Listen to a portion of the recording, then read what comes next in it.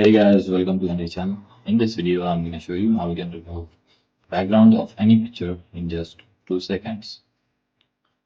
So as you can see, we have this picture here right now, and I'm going to show you how you can remove this background by using this online tool. You're going to find the link of this website in the description. Simply click on that site.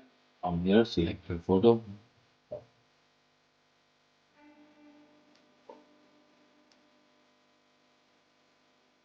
And that's it guys. There you can see the background is now removed. Now you can choose any color on your background, or you can just simply leave it white or transparent, make it black, and from here you can download it. That's it guys.